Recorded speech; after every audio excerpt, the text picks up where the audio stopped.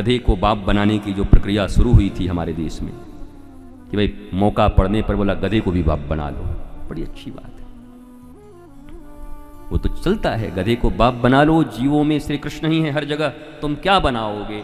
कुत्ते से तो नामदेव ने प्रकट कर ही दिया श्री कृष्ण को, कुत्ते से प्रकट कर ही दिया, प्रेत से प्रकट कर दिया, प्रेत में। तो गधे को बाप बना रहे हो, इसमें कोई बुराई नहीं, बस चेत इतना जाओ कि बाप को गधा मत बनाना, बस तुम्हारी जिंदगी ठीक रहेगी। गधे को बाप बनाने में कोई बुराई नहीं,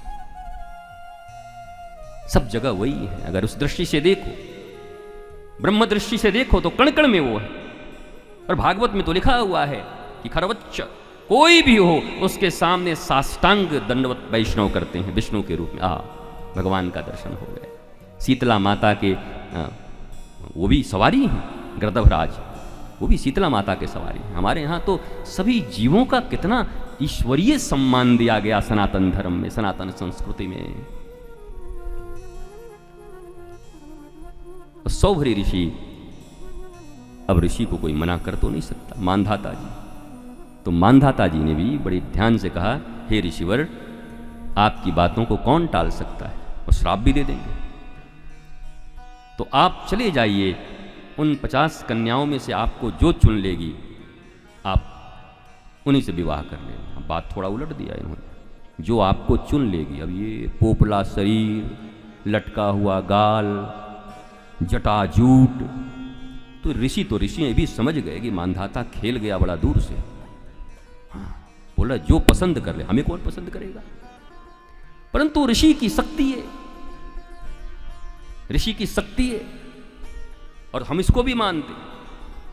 आप आयुर्वेद में किसी आज भी अच्छे आयुर्वेद के किसी महान वैद्य से मिलो, कल्प जानते हो ना, जीवन का कल्प, कायाकल्प, कायाकल्प अब भी होता है साहब। हमारे महामना पंडित मदन मोहन मालवीय ने प्रयास किया था, आंवले के बीच रहकर गड्ढा करके जमीन में केवल आंवले के बीच, लेकिन जहाँ तक मेरी जानकारी है 3-4 दिन या 5 दिन के बाद निकल ही आए, वो नहीं हो पाया होगा।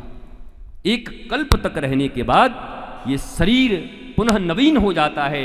पर हमारे प्राचीन ऋषियों के पास तो पता नहीं कौन सी विधा थी, कैसे ऋषि हैं, उन्होंने अपने उसी विधा से अपने शरीर को सुंदर, कांति युक्त, अत्यंत सौंदर्य से भरे हुए बना लिया। देखो, साधना तुम्हारे पास है, शक्ति तुम्हारे पास है, तुम खर्च कहां करना चाहते हो, it's totally depend upon you. ध्यान देना, साधना है, शक्ति है, इसका प्रयोग कहां करना है यह आपके ऊपर निर्भर है। अब बाद में देखोगे सौबरी ऋषि कितना फिर ग्लानि करते हैं कि ओ हम अपनी साधना को जवान होने में लगा दिए, हमने शरीर को जवान करने में लगा दिया। विवाह तो एक छोड़ो, मानधाता की 25 कन्याएं थीं, 50 ने कहा, 50 ने वरमाला डाल दिया, और 50 कन्याओं से विवाह हुआ। बरसों गुजर गए, बरसों। और फिर एक दिन ऐसे ही किसी दिन अस्ताचल सूर्य को देखा सौबरी ऋषि ने, और कहा, देखो ये अस्ताचल सूर्य कितना अच्छा लग रहा, आओ आओ संध्या का समय हो गया, संध्या करते हैं। ऋषि त्रिकाल संध्या करते। तो रानियां हंस पड़ी, बोला वाह, बरसों बरस हो गए, कभी कोई संध्या याद नहीं आई, सपना देख रहे हो क्या, ये अचानक तुम्हें आज त्रिकाल संध्या किया। बोला मुझे त्रिकाल संध्या की याद नहीं आई। बोला ना, हम तो बरसों से आपके साथ, कहां त्रिकाल संध्या, कहां पूजा। और सविता देव को देखकर, भगवान को देखकर, सूर्य को देखकर सौभरी जी रोने लगे। आहा, लोग कहते हैं उदित सूर्य ही ज्ञान का प्रतीक होता है, पर आज अस्ताचल सूर्य ने पुनः एक बार सौभरी को ज्ञान परिक्षेत्र में ले आए और जाकर के उनकी आराधना की, संध्या किया, और सौभरी ऋषि फिर लौट आए अपने उसी ऋषि जीवन में वापस आ गए। संसार को देखा, भोगा।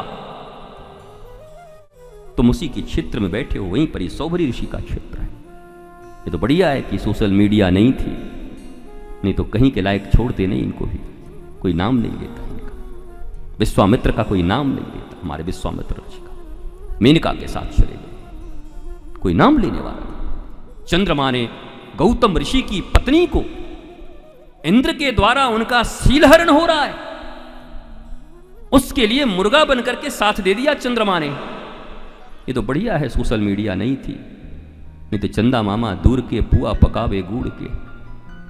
और जो करवा चौथ में लोग चंद्रमा को देख रहे हैं, बिल्कुल नहीं देखते, मतलब बिल्कुल नहीं देखे।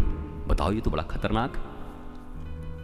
मेरा सोशल मीडिया के ऊपर कोई प्रहार नहीं है, मीडिया के ऊपर ये चौथा स्तंभ है और ज्ञान के पुंज को, ज्ञान के प्रकाश को फैलाने में मीडिया का अहम रोल है। बताओ साहब, कथा यहां चल रही है और लाखों करोड़ों लोग देख रहे हैं, और भी शायद 25 तारीख के बाद, 19 तारीख के बाद और कहीं होगी तो पूरा दुनिया देखेगा इस कथा को, इस चैनल के माध्यम से। तो बात तो सही है कि चीजों का प्रचार और प्रसार करने में मीडिया का बहुत बड़ा योगदान है, पर एक खतरा भी है। बुरी चीजें भी उतनी जल्दी ही प्रचारित होती हैं जिनको नहीं होना चाहिए, और फिर उनको मिटाते मिटाते किसी एक का जीवन निकल जाता है। किसी एक को कलंक लग गया अगर, तो फिर उस कलंक को धोते धोते उसकी जिंदगी गुजर जाती है। क्योंकि कलंक धोने के लिए फिर उतना प्रयत्न कोई नहीं करता। लगाते समय निंदा हमारा रस है, दुनिया का सबसे श्रेष्ठ रस निंदा रस है। इसमें जितना मन लगे दुनिया में किसी में मन न लगे आदमी का। चाय कॉफी पिला पिला के लोग करते हैं, कोई सोने लगे कॉफी पियो, और यहां भागवत में भी कोई सोए मतलब कॉफी पियो बोला नहीं, थोड़ा माथा में दर्द है, सो के आ जाते। भागवत जग के सुनना बहुत कठिन है, पर याद रखो 2 बजे रात में भी निंदा किसी की, अरे होते अरे इसको, अरे इसकी है, अरे तो गया, अरे कितना रस है, कितना रस लेते हो निंदा। तो अब जो रस लेते हो जिंदगी वैसे ही बनेगी। जो खाओगे, जैसा खाएंगे अन्न वैसा बनेगा मन। उसमें रस आता है तो रसौ वही सह श्री कृष्ण से दूर हो जाओगे। मीठे रस से भरोड़ी राधा रानी लागे। तुम्हें वो प्यारी नहीं लगती, तुम्हें निंदा प्यारी लगती है, गंदगी प्यारी लगती है, इधर उधर की बातें प्यारी लगती है।